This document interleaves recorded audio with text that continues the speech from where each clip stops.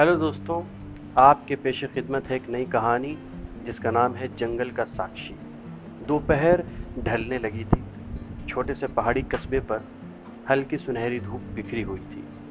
दूर तक फैले चीड़ के जंगल हवा के साथ धीरे धीरे झूम रहे थे।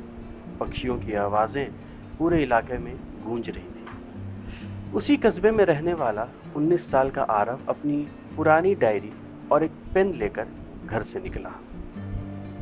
फिर जंगल जा रहा है, उसकी माँ ने रसोई से आवाज लगाई। आरव मुस्कुराया। वहां शांति मिलती है माँ, कविता लिखनी है। पिता ने अखबार से नजर उठाए बिना कहा, ज्यादा अंदर मत जाना, शाम होने से पहले लौट आना। जी। वो अपना भूरा जैकेट पहनकर निकल गया। जंगल उसके लिए एक मंदिर से कम नहीं था। वो अक्सर वहां घंटों बैठकर पेड़ों, हवा और खामोशी पर कविताएं लिखा करता था। करीब आधे घंटे पैदल चलने के बाद वो एक बड़े पत्थर पे बैठ गया। सामने एक पतली नदी बह रही थी। उसने डायरी खोली, लिखना शुरू किया। जंगल की खामोशी कभी खाली नहीं होती।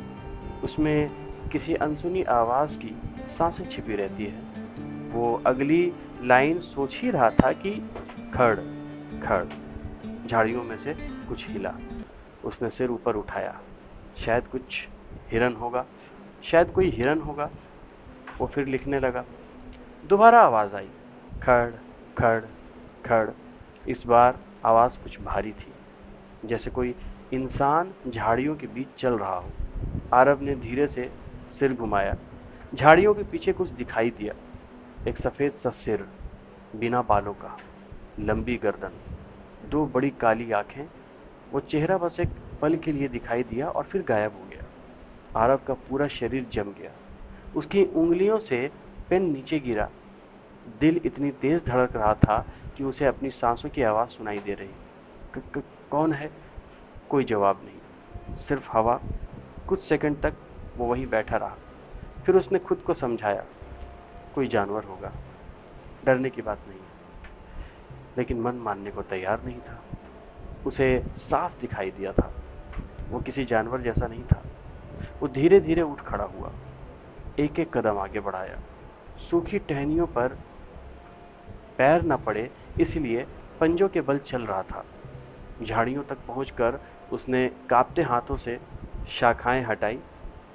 वो वहां कोई नहीं था, लेकिन मिट्टी पर गीले पैरों जैसे निशान बने हुए थे। न इंसान के, न किसी जानवर के, कुछ अजीब। उसने गहरी सांस ली। उसे यहीं से लौट जाना चाहिए था, लेकिन उसके भीतर का एक कवि अब जिज्ञासु बन चुका था। आखिर वो था क्या? वो उन निशानों के पीछे चल पड़ा। जंगल अब पहले जैसा नहीं रहा था। पक्षियों की आवाजें बंद हो चुकी थी। हवा भी जैसे थम गई थी। सिर्फ दूर नदी की आवाज सुनाई दे रही थी। वो निशानों का पीछा करते करते जंगल के उस हिस्से में पहुंच गया जहां वो पहले कभी नहीं आया था। पेड़ इतने घने थे कि धूप जमीन तक पहुंच ही नहीं रही थी। अचानक एक सड़ी हुई बदबू उसकी नाक से टकराई, इतनी तेज कि उसने तुरंत मुंह ढक लिया। उसने आगे झांका। पेड़ों के बीच एक खुला मैदान था। बीच में नदी बह रही थी और नदी के किनारे कुछ दर्जन आकृतियां झुकी हुई थी। पहले तो उसे समझ नहीं आया कि वो क्या कर रही हैं। फिर उसमें से एक थोड़ा हट गई। जमीन पर एक मरा हुआ जंगली भैंसा पड़ा था और वो सभी उसका मांस नोच नोच कर खा रहे थे। आरव की आंखें फैल गई। वो इंसान नहीं थे। उनके शरीर इंसानों जैसे नहीं थे, लेकिन हाथ असामान्य रूप से लंबे, स्किन राख जैसी सफेद, चेहरे बिना किसी भाव के। कुछ चार पैरों वाल पर चलते थे, कुछ सीधे खड़े थे, कुछ छोटे बच्चे जैसे भी थे जो उसी लाश पर टूट पड़े थे। ये सिर्फ एक जीव नहीं था, ये उनकी पूरी बस्ती थी। करीब 30, शायद 40। आरव सांस लेना भी भूल गया। तभी उनमें से एक ने अचानक सिर उठाया। उसकी काली आंखें सीधा आरव पर टकरा गई। फिर दूसरी, फिर तीसरी। एक एक करके पूरा झुंड उसकी ओर देखने लगा। जंगल में एकदम सन्नाटा छा गया। आरव और उन जानवरों के बीच मुश्किल से 50 कदम की दूरी थी। उसके हाथ से डायरी नीचे गिर गई और अगले ही पल वो पूरी ताकत से भाग पड़ा। आरव बिना पीछे देखे भागता रहा। पेड़ों की शाखाएं उसके चेहरे पर पड़ रही थी, कांटेदार झाड़ियां उसके पैरों को चीर रही थी, लेकिन उसे दर्द का एहसास तक नहीं हुआ।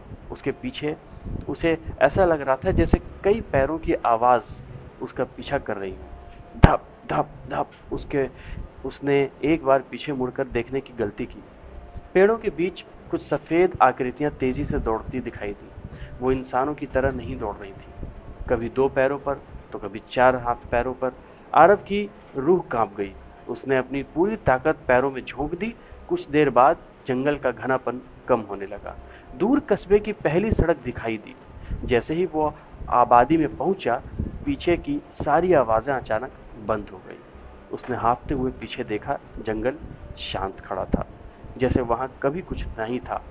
पर घर पहुंचते ही उसने दरवाजा इतनी जोर से खोला कि वो दीवार से टकरा गया। माँ!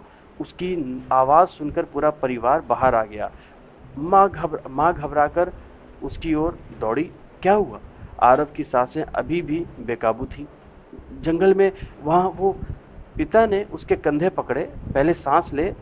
वहां इंसान नहीं थे, लेकिन इंसानों जैसे थे, बहुत सारे थे नदी के पास। उसकी छोटी बहन हंस पड़ी। भैया फिर कोई हॉरर कहानी पढ़कर गए थे? आरव चिल्ला पड़ा। मैं मजाक नहीं कर रहा। घर में अचानक सन्नाटा छा गया। उसकी माँ ने पहली बार गौर से उसका चेहरा देखा। डर से उसका रंग उड़ चुका था, हाथ कांप रहे थे, कपड़ों में मिट्टी लगी थी। पिता का चेहरा गंभीर हो गया। किसी जंगली जानवर से ने हमला किया। जानवर नहीं थे तो क्या थे? आरव कुछ पल चुप रहा। उसे खुद नहीं पता था कि उन्हें क्या नाम दे। उसने बोला, मुझे नहीं पता, लेकिन वो इंसान नहीं थे। शाम तक पूरे मोहल्ले में बात फैल गई। किसी ने कहा धूप लग गई होगी, दूसरे ने कहा जंगल में गैस निकलती है, उससे भ्रम पैदा हो जाता है, तीसरे ने हंसते हुए कहा ज्यादा कविता लिखोगे तो यही होगा। हर कोई अपनी अपनी राय दे रहा था। सिर्फ आरव अकेला था जो जानता था कि उसने क्या देखा है। रात होने से पहले पिता उसे कस्बे के डॉक्टर के पास ले गए। डॉक्टर वर्मा पिछले 30 साल से वहीं थे। उन्होंने आरव को ध्यान से देखा। घबराओ मत बेटा, आराम से बताओ। आरव ने पूरी घटना शुरू से अंत तक सुना दी। डॉक्टर बीच बीच में सिर्फ ऊं करते रहे। कहानी खत्म होने पर उन्होंने पूछा, पिछले कुछ दिनों से ठीक से सोए हो? हाँ। कोई तनाव? नहीं। शराब नशा? नहीं। जंगल में अकेले थे? हाँ। डॉक्टर ने गहरी सांस ली, फिर पिता की ओर देखकर धीरे से बोले, कभी कभी बहुत ज्यादा डर या मानसिक थकान से दिमाग ऐसी चीजें बना लेता है जो हमें बिल्कुल असली लगती हैं। आरव कुर्सी से उठ खड़ा हुआ। नहीं। उसकी आंखों में आंसू आ गए। मैं पागल नहीं हूं, मैंने सच में देखा है। डॉक्टर शांत स्वर में बोले, मैं ये नहीं कह रहा कि तुम झूठ बोल रहे हो। मैं सिर्फ कह रहा हूं कि तुम्हें जो दिखा हो सकता है वो वास्तविक ना हो। वो वास्तविक था। उसकी आवाज में उसकी आवाज पूरे क्लिनिक में गूंज गई। घर लौटते समय किसी ने उससे एक शब्द नहीं कहा। डॉक्टर की दी हुई दवा माँ ने उसके हाथ में रख दी। बस इसे खा ले बेटा, फिर आराम करना। आरव कुछ पल तक गोली को देखता रहा। उसे लगा शायद सचमुच वो पागल हो रहा है, लेकिन अगले ही पल उसे उन काली आंखों की याद आ गई। नहीं, वो सपना नहीं था। उसने गोली खा ली। रात के लगभग 11 बजे पूरा घर सो चुका था। दवा का असर होने लगा था। आरव गहरी नींद में था। किसी को याद ही नहीं रहा कि जंगल से लौटने के बाद उसने अपना मिट्टी और जंगल की गंध से भरा जैकेट उतारकर कमरे की कुर्सी पर ही फेंक दिया था। घर के बाहर घना अंधेरा था, हवा बिल्कुल बंद। तभी किसी ने धीरे से जमीन को सूंघा। अंधेरे में दो काली आंखें चमकी। एक लंबी सफेद आकृति घर के बाहर आकर खड़ी हो गई। उसने हवा में सूंघा, फिर सीधे उस खिड़की की ओर देखा जिसके पीछे आरव का जैकेट पड़ा था। धीरे धीरे वो खिड़की की तरफ बढ़ने लगी। रात के करीब 2 बजे पूरा घर गहरी नींद में डूबा हुआ था। बाहर बादलों ने चांद को ढक लिया था। हवा तक चलना बंद हो चुकी थी। आरव अचानक जाग गया। दवा का असर अभी पूरी तरह उतरा नहीं था। गला सूख रहा था। वो बिस्तर से उठा और लड़खड़ाते हुए कमरे से बाहर निकला। हॉल बिल्कुल अंधेरा था। सिर्फ घड़ी की टिक टिक सुनाई दे रही थी। वो धीरे धीरे बाथरूम में चला गया।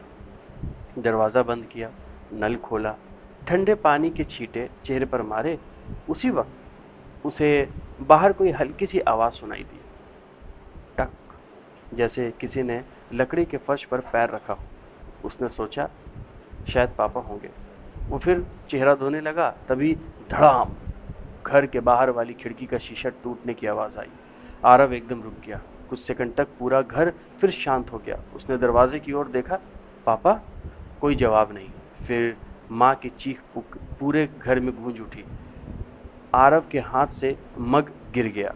उसके बाद पिता की आवाज आई, भागो, सब भागो। फिर किसी भारी चीज के गिरने की आवाज आई, कांच टूटने की आवाज, कुर्सियां खिसकने की आवाज और कुछ ऐसी आवाज जो उसने जंगल में सुनी थी। गले के बहुत अंदर से निकलने वाली भूखी अमानवीय गुर्राहट। आरव की सांस रुक गई। नहीं, ये यहां तक आ गए थे। उसके पैर जैसे जमीन में धंस गए। वो आरव वो दरवाजा खोलना चाहता था, लेकिन हाथ कांप रहे थे। बाहर बहन की चीख सुनाई दी, भैया। उसके बाद अचानक सब कुछ शांत हो गया। इतना शांत कि उसे अपनी धड़कनें सुनाई देने लगी। फिर कुछ फटने जैसी आवाज आई, मांस चबाने की धीमी आवाज, और फिर कुछ भी नहीं। पूरा घर मौत जैसी खामोशी में डूब गया। आरव की आंखों से आंसू बहने लगे। वो अपने ही मुंह पर हाथ रखकर रोने की कोशिश दबाने लगा। उसे डर था, अगर उसने एक भी आवाज निकाली तो वो जान जाएंगे कि वो यहीं है। समय जैसे रुक गया। 1 मिनट, 5 मिनट, 10 मिनट। बाहर कोई आवाज नहीं थी, सिर्फ सन्नाटा। बहुत देर बाद कांपते हाथों से उसने बाथरूम का दरवाजा थोड़ा सा खोला। हॉल अंधेरे में डूबा था। उसने धीरे धीरे बाहर कदम रखा। माँ? कोई जवाब नहीं। पापा? सन्नाटा। वो हॉल तक पहुंचा और वहीं जम गया। पूरा फर्श खून से लाल था। सोफा उल्टा पड़ा था। दीवारों पर खून के छींटे थे। उसकी माँ दरवाजे के पास खड़ी थी। पिता का शरीर कमरे के बीचों बीच था। उसकी माँ दरवाजे के पास पड़ी थी। पिता का शरीर कमरे के बीचों बीच था। बहन सीढ़ियों के पास। उनकी आंखें खुली थी, लेकिन उनमें जिंदगी नहीं थी। आरव की चीख पूरे घर में गूंज उठी। सुबह पड़ोसियों ने चीखें सुनी। पुलिस पहुंची। उन्होंने देखा पूरा घर खून से भरा था। बीच हॉल में आरव बैठा था। उसके हाथ खून से सने हुए थे। वो बार बार एक ही बात दोहरा रहा था, मैंने कहा था वो आएंगे, मैंने कहा था। इंस्पेक्टर ने चारों ओर देखा। घर का मेन दरवाजा अंदर से बंद था। बाहर जबरन घुसने का कोई साफ निशान नहीं था। न कोई अजीब पैरों के निशान, न किसी जानवर का सबूत, न कोई हथियार। सिर्फ एक लड़का, जिसे कल ही डॉक्टर ने इल्यूजन देखने वाला बताया था। इंस्पेक्टर ने हथकड़ी निकालते हुए कहा, आरव, हमें तुम्हें हिरासत में लेना होगा। आरव ने कोई विरोध नहीं किया। उसने सिर्फ एक बार जंगल की दिशा में देखा।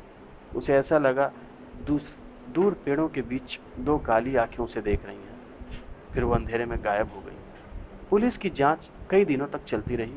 पूरे घर की फॉरेंसिक जांच हुई। दीवारों से लेकर टूटे हुए कांच तक हर चीज की जांच हुई, लेकिन जितनी जांच आगे बढ़ती गई, मामला उतना ही आरव के खिलाफ होता गया। उसके कपड़ों पर परिवार का खून मिला। उसके हाथों के निशान हर जगह थे। घर के बाहर किसी दूसरे इंसान या जानवर के आने का कोई स्पष्ट सबूत नहीं था। आरव बार बार एक ही बात करता रहा, मैंने नहीं मारा, वो जंगल वाले जीव थे। इंस्पेक्टर ने पूछा, कैसे जीव? पता नहीं। नाम? नहीं पता। कोई तस्वीर? नहीं। कोई सबूत? आरव चुप हो गया। उसने उसके पास सच था, लेकिन सच साबित करने के लिए कुछ भी नहीं था। अगले दिन पुलिस की एक टीम जंगल पहुंची। आरव ने जिस रास्ते का जिक्र किया था, उसी रास्ते पर वो चले। उसे भी साथ ले जाया गया। यहीं से मैं गया था। फिर नदी आई, फिर एक खुली जगह। वो उन्हें लेकर चलता गया, लेकिन नदी के किनारे पहुंचने के बाद वो रुक गया। उसके चेहरे का रंग उड़ गया। वहां कोई खुला मैदान नहीं था जहां उसने दर्जनों जीव देखे थे। वहां अब घनी झाड़ियां थी, न कोई मरे हुए जानवर, न हड्डियां, न पैरों के निशान, कुछ भी नहीं, जैसे वहां कभी कोई आया ही ना हो। इंस्पेक्टर ने धीमी आवाज में कहा, बस। आरव की आंखों में आंसू आ गए। यहीं थे, यहीं। मैं झूठ नहीं बोल रहा हूँ। पुलिस वाले ने एक दूसरे की ओर देखा। अब उन्हें पूरा यकीन हो चुका था, लड़का मानसिक रूप से स्टेबल नहीं है। कुछ महीने बाद मुकदमा शुरू हुआ। अदालत में सरकारी वकील ने कहा, आरोपी पहले से भ्रम देखता था। घटना से ठीक पहले उसने ऐसे जीव देखने का दावा किया जिनका कोई अस्तित्व नहीं है। डॉक्टर ने भी उसकी मानसिक स्थिति पर सवाल उठाया है। डॉक्टर वर्मा ने गवाही दी। मुझे उस समय लगा था कि मरीज को तीव्र मानसिक भ्रम हुआ है। आरव बस उन्हें देखता रहा। उसे डॉक्टर से नफरत नहीं थी। उसे पता था, उन्होंने वही कहा था जिस पर पूरा विज्ञान विश्वास करता है। जज ने फैसला सुनाया, प्रत्यक्ष प्रमाणों के अभाव में हत्या सिद्ध नहीं होती, लेकिन आरोपी की मानसिक स्थिति सामान्य नहीं है। समाज और स्वयं आरोपी की सुरक्षा के लिए इसे अनिश्चित काल तक उच्च सुरक्षा मानसिक चिकित्सालय में रखा जाता है। हथौड़े की आवाज गूंजी। आरव ने आखिरी बार अदालत की खिड़की से बाहर देखा। दूर उसे जंगल दिखाई दे रहा था, वही जंगल जहां उसका सच दफन था। 6 महीने बाद। अब आरव बहुत कम बोलता था, न कविता लिखता था, न किसी से बहस करता था। लोग कहते, आखिरकार उसने मान लिया कि वो पागल है, लेकिन सच ये था, उसने दुनिया को समझ लिया था। कुछ सच्चाइयां इतनी असंभव होती हैं कि उन्हें सच मानने से आसान उन्हें पागलपन कह देना होता है। एक दिन अस्पताल में एक विजिटर आया, लगभग 50 साल का आदमी, नॉर्मल कपड़े, शांत चेहरा। उसने डॉक्टर से कहा, मैं पैरानॉर्मल एक्टिविटी पर रिसर्च करता हूँ। अगर आपकी इजाज़त हो तो उस लड़के से मिलना चाहता हूँ। डॉक्टर हंस पड़ा और बोला, उसकी कहानी सुनकर किताब लिखेंगे? आदमी मुस्कुराया, बोला, शायद। आरव उसके सामने चुपचाप बैठा रहा। कुछ मिनट तक दोनों के बीच कोई बात नहीं हुई। फिर उस आदमी ने पूछा, क्या तुम आज भी मानते हो कि तुमने जो देखा वो सच था? आरव ने उसकी ओर बिना देखे कहा, आप भी मेरा मजाक उड़ाने आए हैं? नहीं। तो फिर? मैं सिर्फ जानना चाहता हूँ, क्या तुम्हें आज भी यकीन है? आरव ने पहली बार उसकी आंखों में देखा। अपने परिवार की मौत भूल सकता हूँ, लेकिन उन आंखों को नहीं। आदमी उठा, मैं कल फिर आऊंगा। अगले दिन वो लौटा। आज उसके चेहरे पर मुस्कान नहीं थी। कुर्सी पर बैठते ही उसने धीरे से कहा, मैं जंगल गया था। आरव का दिल जोर से धड़कने लगा। फिर आदमी कुछ देर तक चुप रहा। उसकी उंगलियां कांपती रही। मैंने उन्हें देखा। कमरे में सन्नाटा छा गया। आरव की आंखों से आंसू बह निकले। इतने महीने बाद पहली बार किसी ने कहा था कि वो झूठा नहीं है। उसने कांपती आवाज में पूछा, अब आप सबको बताएंगे? आदमी ने उसकी ओर देखा। उसकी आंखों में डर था, गहरा, सच्चा डर। उसने धीरे से सर हिलाया, नहीं। आरव की आंखों में फिर वही खालीपन लौट आया और पूछा, क्यों? आदमी ने धीमे आवाज में कहा, क्योंकि अगर मैं सच बोलूंगा तो लोग मुझे भी यहीं भेज देंगे। दोनों कुछ देर तक एक दूसरे को देखते रहे। दो ऐसे लोग जो एक ही सच जानते थे, और दोनों जानते थे कि दुनिया के लिए सच की कोई कीमत नहीं होती अगर उसे साबित ना किया जा सके। आदमी उठकर जाने लगा। दरवाजे तक पहुंचकर वो रुका, बिना पीछे मुड़े बोला, कभी कभी इंसान की सबसे बड़ी सजा मौत नहीं होती है, बल्कि सच जानकर भी उसे हमेशा के लिए अपने भीतर दफना देना होती है। दरवाज़ा बंद हो गया। आरव अकेला रह गया। उसने खिड़की से बाहर देखा। दूर होराइज़न पर, क्षितिज पर जंगल वैसा ही शांत खड़ा था, मानो वो सदियों से हर उस इंसान का राज अपने अंदर छुपाए बैठा हो जिसने उसकी गहराइयों में झांकने की गलती की थी। तो ये थी कहानी दोस्तों। मिलते एक नई कहानी के साथ। तब तक के लिए थैंक यू।